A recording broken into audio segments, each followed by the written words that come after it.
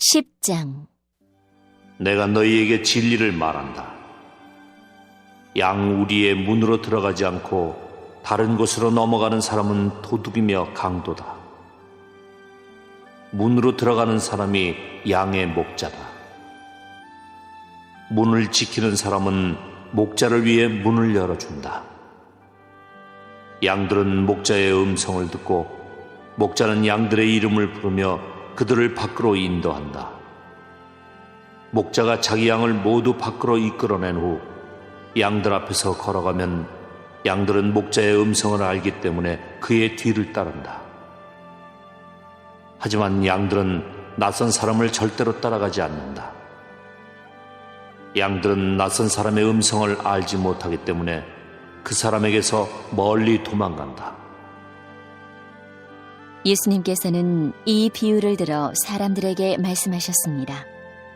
그러나 사람들은 그분이 자기들에게 하시는 말씀이 무슨 뜻인지 깨닫지 못했습니다. 예수님께서 다시 말씀하셨습니다. 내가 너희에게 진리를 말한다. 나는 양들의 문이다.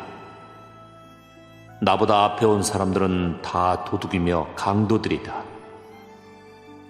양들은 그 사람들의 말을 듣지 않는다. 나는 문이다. 나를 통해 들어가는 사람은 구원을 얻을 것이다. 그 사람은 들어가기도 하고 나가기도 하며 또 좋은 목초를 발견하기도 할 것이다. 도둑은 훔치고 죽이고 파괴하기 위한 목적으로 온다. 그러나 나는 양들이 생명을 더욱 풍성히 얻게 하기 위해 왔다. 나는 선한 목자다. 선한 목자는 양을 위하여 자기 목숨을 내놓는다. 품삯을 받고 양을 돌보는 사람은 사실 목자가 아니며 양도 자기 양이 아니다. 그 사람은 늑대가 오는 것을 보면 양만 남겨두고 멀리 도망가 버린다. 그러면 늑대는 양을 공격하여 양들을 흩트린다. 그 사람은 단지 품삯을 받고 양을 치는 사람이기 때문에 그 양을 돌보지 않는다. 나는 선한 목자다. 나도 내 양을 알고 내 양도 나를 알아본다. 아버지께서 나를 아시듯이 나도 아버지를 안다. 그리고 나는 양을 위하여 목숨을 내놓는다. 내게는 이 우리 안에 있지 않은 다른 양들도 있다. 나는 그 양들도 인도해야 한다. 그 양들도 내 음성을 들을 것이다. 그래서 한 목자 아래서 한 무리가 될 것이다. 아버지께서 나를 사랑하시는 것은 내가 나의 목숨을 스스로 버리기 때문이다. 나는 목숨을 다시 얻기 위하여 목숨을 버린다. 아무도 내게서 목숨을 빼앗을 사람이 없고 다만 내 스스로 생명을 내놓는 것이다. 나는 목숨을 내놓을 권세도 있고 그것을 다시 찾을 권세도 있다. 나는 이 계명을 내 아버지에게서 받았다. 예수님의 이 말씀 때문에 유대인들 사이에 또다시 편이 갈리게 되었습니다. 이들 중 많은 사람이 그가 귀신이 들렸다. 고 하거나 그가 미쳤다. 너희가 왜 그 사람의 말을 듣느냐? 라고 말하기 시작했습니다. 그러나 이것은 귀신 들린 사람의 말이 아니다. 귀신이 앞을 보지 못하는 사람의 눈을 뜨게 할 수 있느냐? 라고 말하는 사람들도 있었습니다. 예루살렘에 수전절이 다가왔습니다. 수전절은 겨울에 지키는 유대 명절입니다. 예수님께서는 솔로몬 행각이 있는 성전 뜰의 주변을 거닐고 계셨습니다. 유대인들이 예수님 주위에 모여들어 이렇게 물었습니다. 언제까지 우리를 내태우게 할 작정입니까? 만일 당신이 그리스도라면 우리에게 터놓고 그렇다고 말해 주십시오. 예수님께서 그 사람들에게 대답하셨습니다. 내가 전에 말하였으나 너희는 믿지 않았다. 내가 내 아버지의 이름으로 행하는 일들이 나를 증언한다. 그러나 너희는 나의 양이 아니므로 믿지 않는다. 내 양은 나의 음성을 듣고 나도 내 양을 안다. 내 양은 나를 따른다. 나는 그들에게 영생을 준다. 그들은 영원히 멸망하지 않을 것이며 아무도 그들을 내 손에서 빼앗을 수 없을 것이다. 양들을 내게 주신 나의 아버지는 모든 것보다 더 큰 분이시다. 그러므로 아무도 내 아버지의 손에서 내 양들을 빼앗을 수 없다. 아버지와 나는 하나다. 유대인들이 다시금 돌을 집어 예수님께 던지려고 하였습니다. 그러나 예수님께서는 그들에게 이렇게 말씀하셨습니다. 나는 너희에게 아버지에게서 온 선한 일을 많이 보여주었다. 너희는 도대체 이 중에서 어떤 일 때문에 나에게 돌을 던지려 하느냐? 유대인들이 대답했습니다. 우리는 당신이 행한 선한 일 때문에 당신에게 돌을 던지려는 것이 아니라 하나님을 모독한 말 때문에 그러는 것이요. 당신은 사람에 지나지 않는데도 자신을 하나님이라고 주장하고 있어. 예수님께서 대답하셨습니다. 내가 선언하는데 너희는 다 신이다라는 말이 너희 율법에 쓰여 있지 않느냐? 하나님께서 하나님 자신의 말씀을 받은 사람들을 신이라고 불렀으니 성경은 파기될 수 없다. 하나님께서 구별하여 세상에 보낸 사람에 대해서는 너희가 뭐라고 말하겠느냐? 내가 나는 하나님의 아들이다라고 말했다고 해서 너희가 어찌 나에게 하나님을 모독한다고 말을 하느냐?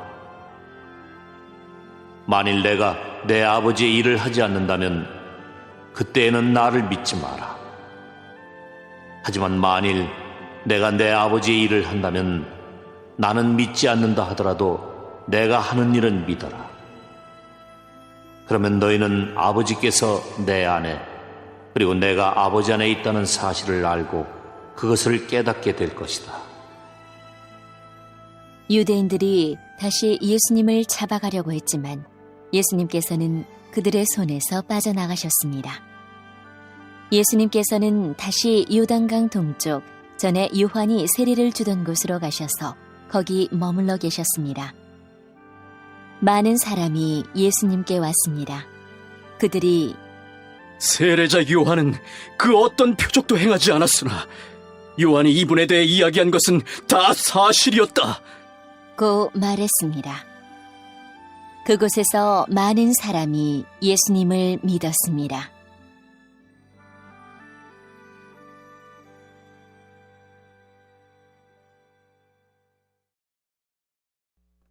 (11장) 나사로라고 하는 사람이 병이 들었습니다.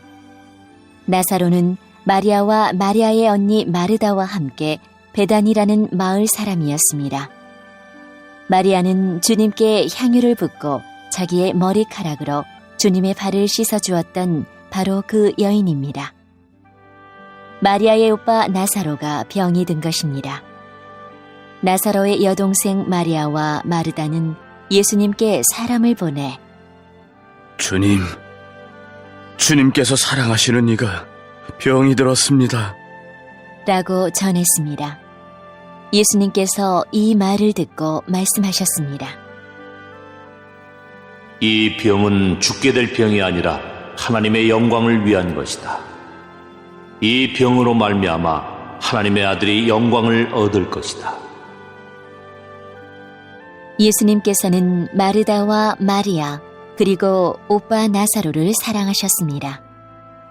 하지만 예수님께서는 나사로가 병들었다는 말을 듣고도 지금 계신 곳에서 이틀을 더 지내셨습니다. 이틀 후 예수님께서는 제자들에게 다시 유대 땅으로 가자. 고 말씀하셨습니다. 제자들이 예수님께 말했습니다.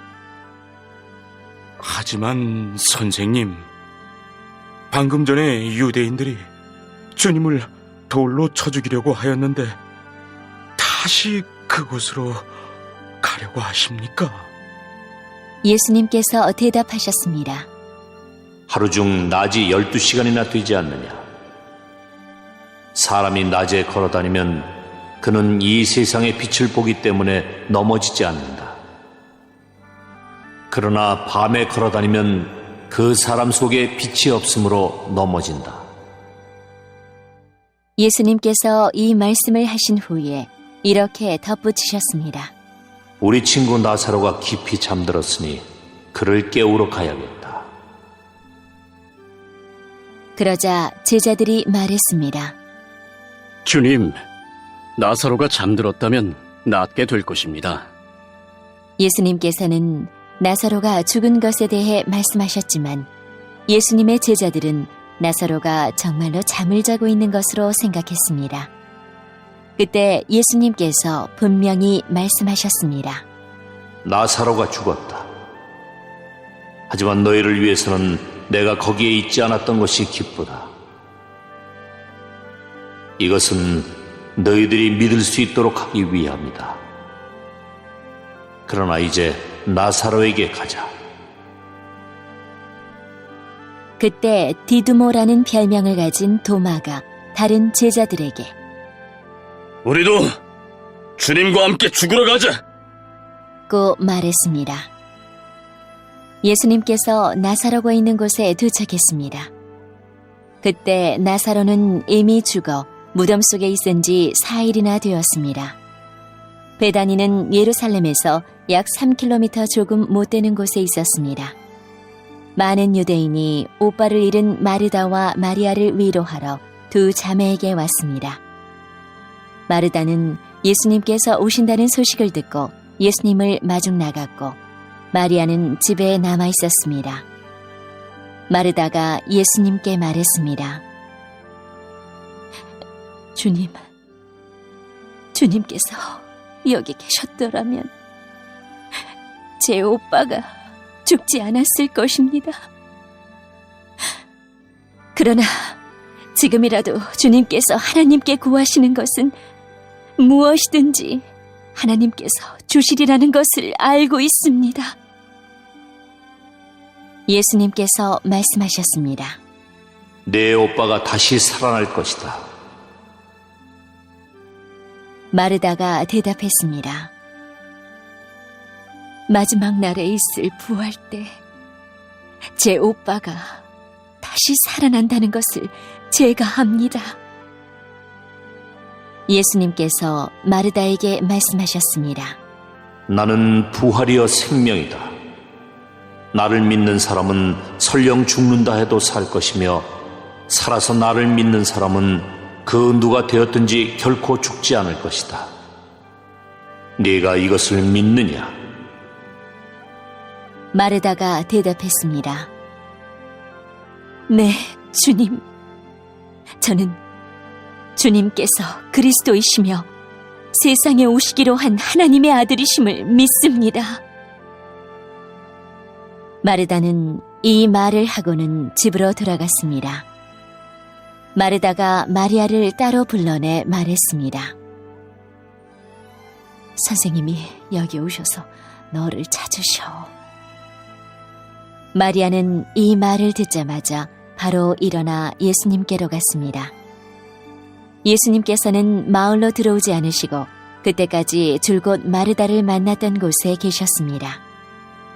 마리아와 함께 집에 있으면서 마리아를 위로하던 유대인들은 마리아가 일어나 황급히 나가는 것을 보았습니다. 그들은 마리아의 뒤를 따라 나오면서 마리아가 통곡하러 무덤에 가는 것이라고 생각했습니다.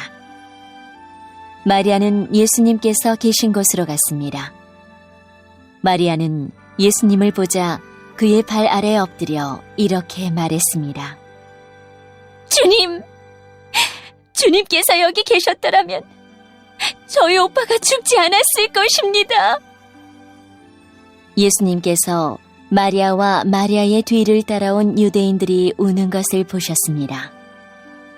예수님의 마음은 격한 감정이 들면서 몹시 아프셨습니다. 예수님께서 말씀하셨습니다. 나사로를 어디에 두었느냐? 그들이 대답했습니다. 와서 보십시오, 주님. 그러자 예수님께서 눈물을 흘리셨습니다. 그것을 보고 유대인들이 말했습니다. 예수님께서 나사로를 얼마나 사랑하였는가 보아라. 그러나 그들 중에는 앞 못 보는 사람의 눈도 뜨게 한 사람이 나사로가 죽지 않게 할 수는 없었나? 라고 말하는 사람도 있었습니다. 예수님께서는 몹시 아픈 마음으로 무덤에 가셨습니다. 그 무덤은 입구를 커다란 돌로 막은 굴이었습니다. 예수님께서 돌을 옮겨 놓으라. 고 말씀하셨습니다. 죽은 나사로의 여동생 마르다가 예수님께 말씀드렸습니다. 주님, 오빠가 죽어 무덤에 있은 지 이미 4일이나 되어 냄새가 심하게 납니다. 예수님께서 마르다에게 말씀하셨습니다. 네가 믿으면 하나님의 영광을 볼 것이라고 내가 너에게 말하지 않았느냐? 그래서 사람들이 입구에서 돌을 옮겨 놓았습니다. 그때 예수님께서는 고개를 들어 하늘을 보시며 말씀하셨습니다. 아버지, 지금까지 제 말을 들어주셔서 감사합니다. 아버지께서는 언제나 제 말을 들으시는 줄을 제가 압니다.